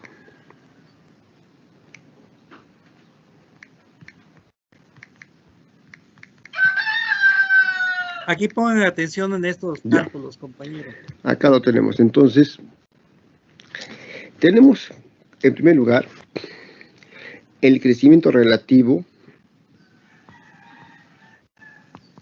y el crecimiento absoluto.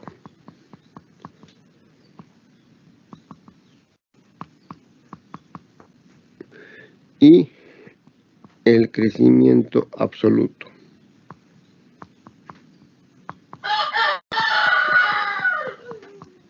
Ahí está.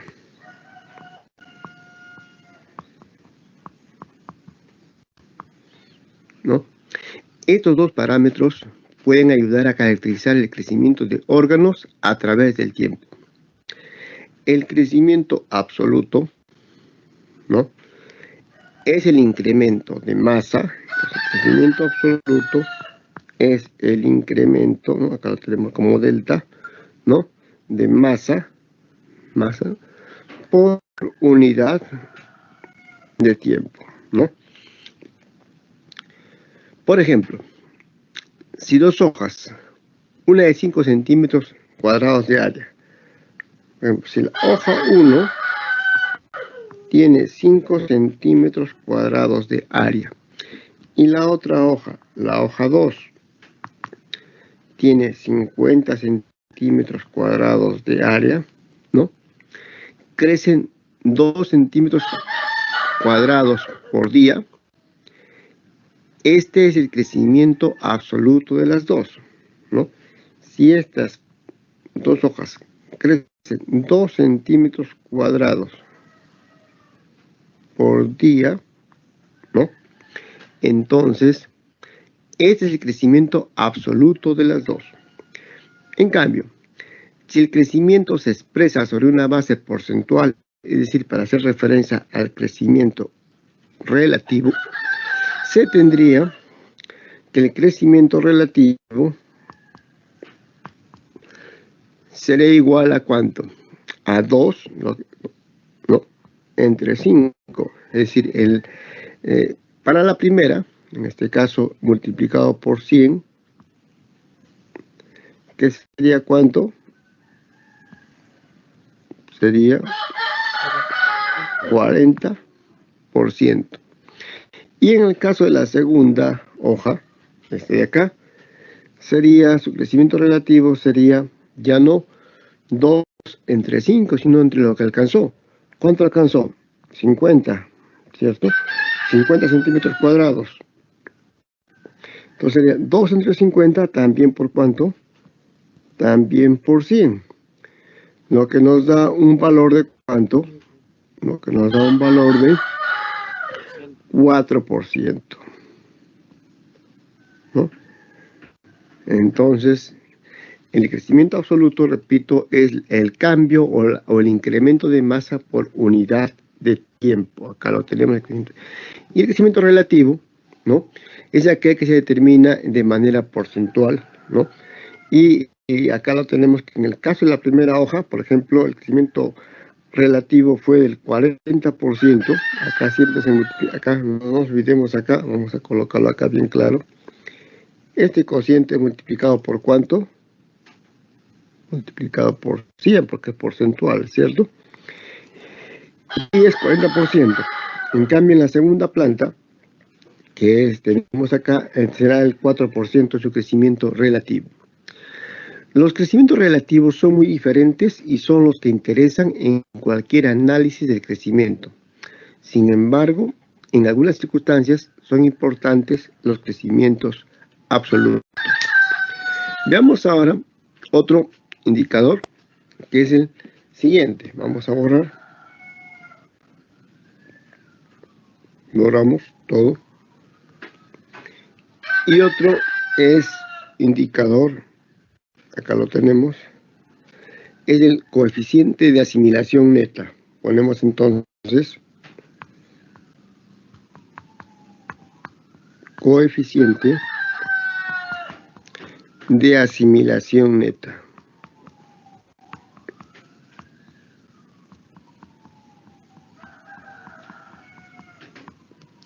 ¿No? Se tiene varias, lo podemos nosotros colocar también como coeficiente de asimilación neta, pero otros también le denominan como E. Este índice de crecimiento relaciona el incremento de materia seca y el área foliar a través del tiempo.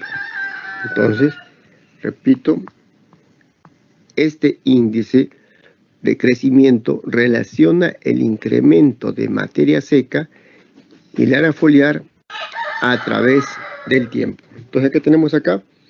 Tenemos que su fórmula es el peso seco en un tiempo 2 menos el peso seco en un tiempo 1 por el logaritmo natural del área foliar en el tiempo 2 menos el logaritmo natural del área foliar en el tiempo 1, todo sobre el tiempo 2 menos el tiempo 1 por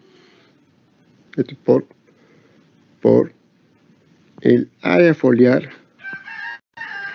en el tiempo 2 menos el área foliar en el tiempo 1. No, las unidades que va a tener este coeficiente de asimilación neta es gramos por decímetro cuadrado, decímetro a la menos 2 por día. Acá le ponemos día a la menos 1, ¿cierto? Gramos por decímetro a la menos 2 por día a la menos 1. Son las unidades del coeficiente de asimilación neta. Vamos a ver ahora el tercero. Borramos acá. El tercero es el índice de área foliar. Índice de área foliar.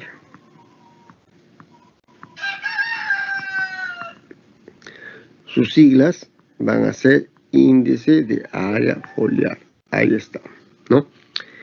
Este índice representa la relación existente entre la suma de toda la superficie foliar fotosintetizante de un cultivo o de una plantación y la superficie de suelo por ella ocupada.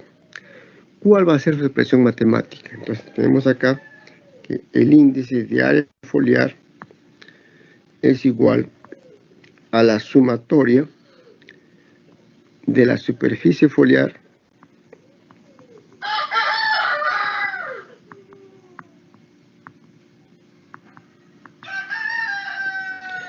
entre la superficie del terreno.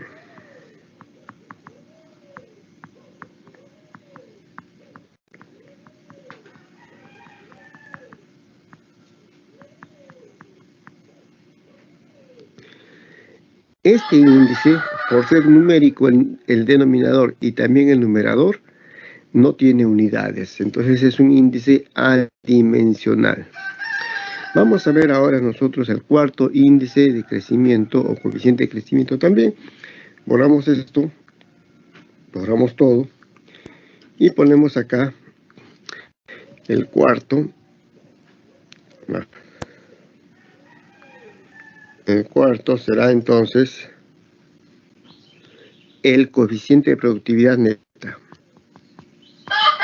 Coeficiente de productividad neta. Ahí está, coeficiente de productividad neta. Y sus siglas va a ser básicamente solamente la C, ¿no? Este coeficiente de productividad neta es el producto de E por I a F. Ustedes se acuerdan que era E. Vamos a ponerlo acá para recordar entonces. C es el producto de E por I a F. ¿Cierto? Que era E es el coeficiente de asimilación neta. Entonces ponemos acá. Esto no nos olvidemos. Es el coeficiente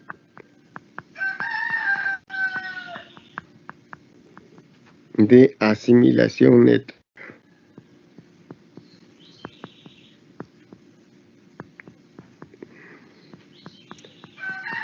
Y IAF ya sabemos que es el índice de área foliar.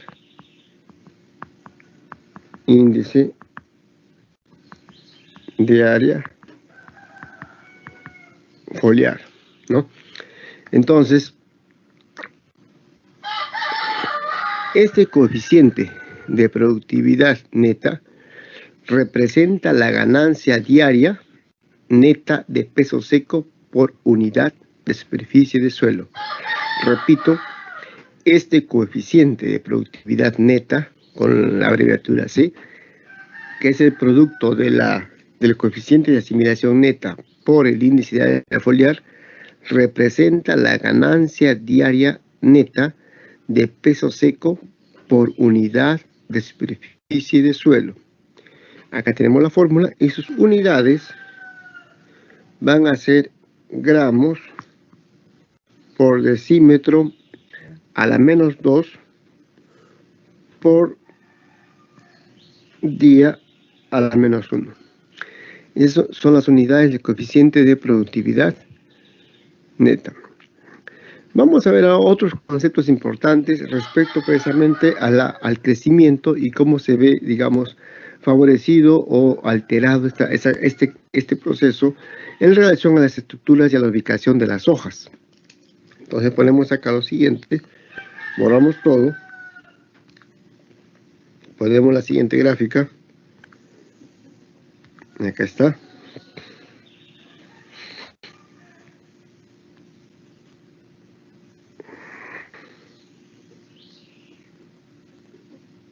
Tenemos, ¿dónde está esto?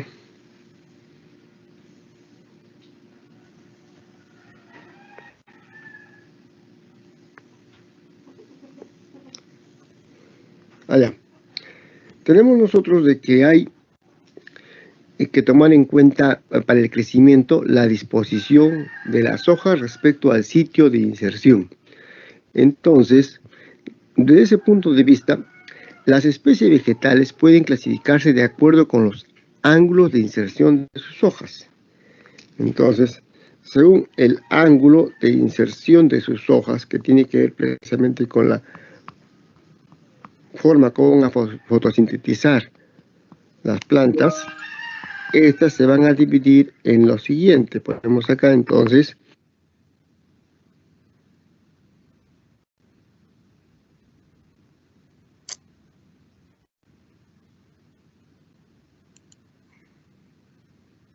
Ay, se me interrumpió otra vez.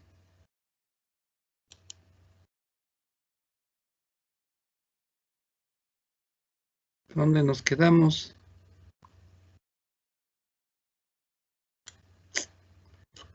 Híjole. Todo por...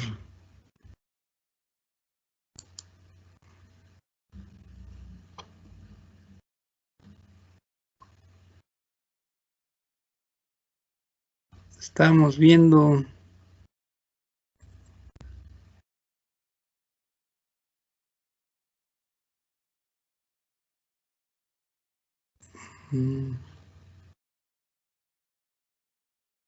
Ya se me perdió el video, chicos. Ni ustedes lo están viendo, ¿verdad? No, profe, ya dejamos de verlo. Sí, es que me llegó un chat de aquí, lo quise ver. Pero bueno, vamos a abrir otra vez. Profe, solo como comentario, ya son las 2 de la tarde. Bueno, pues usted dígame si seguimos o nos dejamos ya hasta ahí. Viene una parte interesante. Pero si ustedes le quieren, lo dejamos ahí porque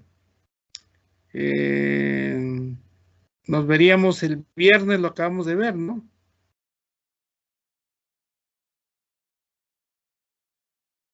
Ustedes Sí, digan, profe, podemos acabar de verlo el viernes o no sé qué digan mis compañeros. como ustedes me digan, Sí, yo también estoy de acuerdo. en que sea el viernes que terminemos, nos queda prácticamente como unos 50 minutos, creo. Sí, ¿Ok? profe, pues el viernes ya, para que lo siga desarrollando así como hace pausas y nos comenta, profe, así para que sea más dinámico.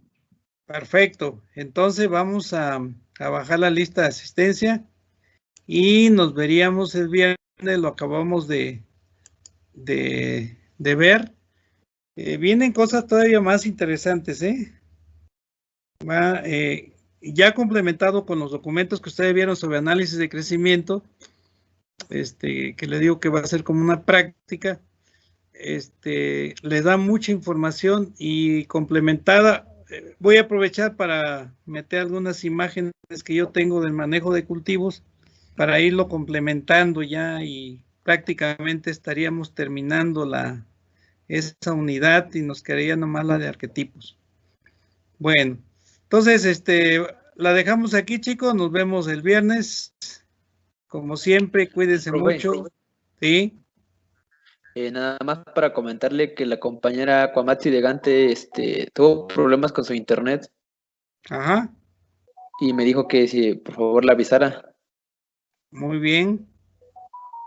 Kwamatsi de Gracias, Tlaxcala, ¿no? profe. Ándele. Sí, ella. Ok. Muy bien, chicos, pues como siempre, cuídense mucho. Profe, Sí, profe, usted también. Hasta luego. Adiós. Dígame, Luis Fernando. sí, profe, es que, bueno, es una duda en relación al examen, ya no le pude preguntar el viernes, ya no me alcancé a conectar. Ajá, Es que en las preguntas abiertas, profe, sí. creo que teníamos que poner una respuesta tal cual, pero y ya si uno la cambiaba acá con sus propias palabras, pues ya no la ponía mal, profe. ¿Esas las va a considerar aún así, profe? No, pues ya ven que las respuestas, yo escribo una respuesta que es así como una especie de guía, ¿no? De más o menos que se acerquen a eso. Ahí es donde se aplica el criterio. ¿Cuánto te acercaste? ¿Te acercaste casi al 100? Pues tienes los 5 puntos. ¿Te acercaste casi al 80%? Ahí se te va valorando, ¿no? Desde 1, 2, 3, 4 hasta el 5 puntos.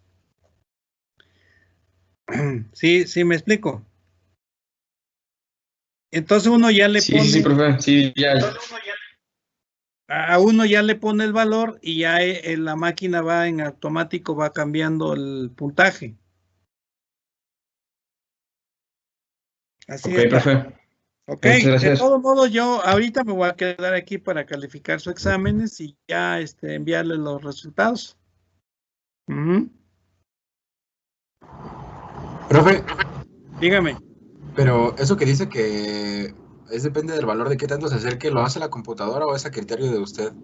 No, ese es criterio del profesor. Ok. Ya.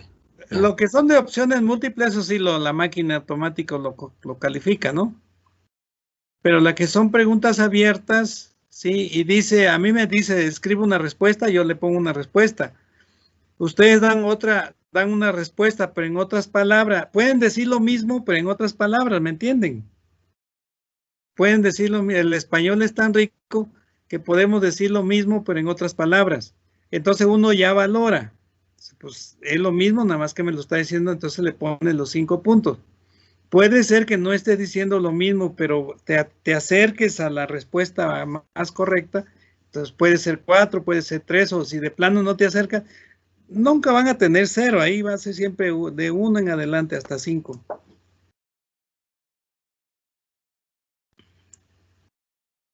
¿Ok? Oiga, profe, Dígame. tengo otra duda. Es en relación con el examen anterior. Ya ve que también habíamos quedado que lo iba a revisar así, de esa manera como nos está diciendo, y para considerar también un poco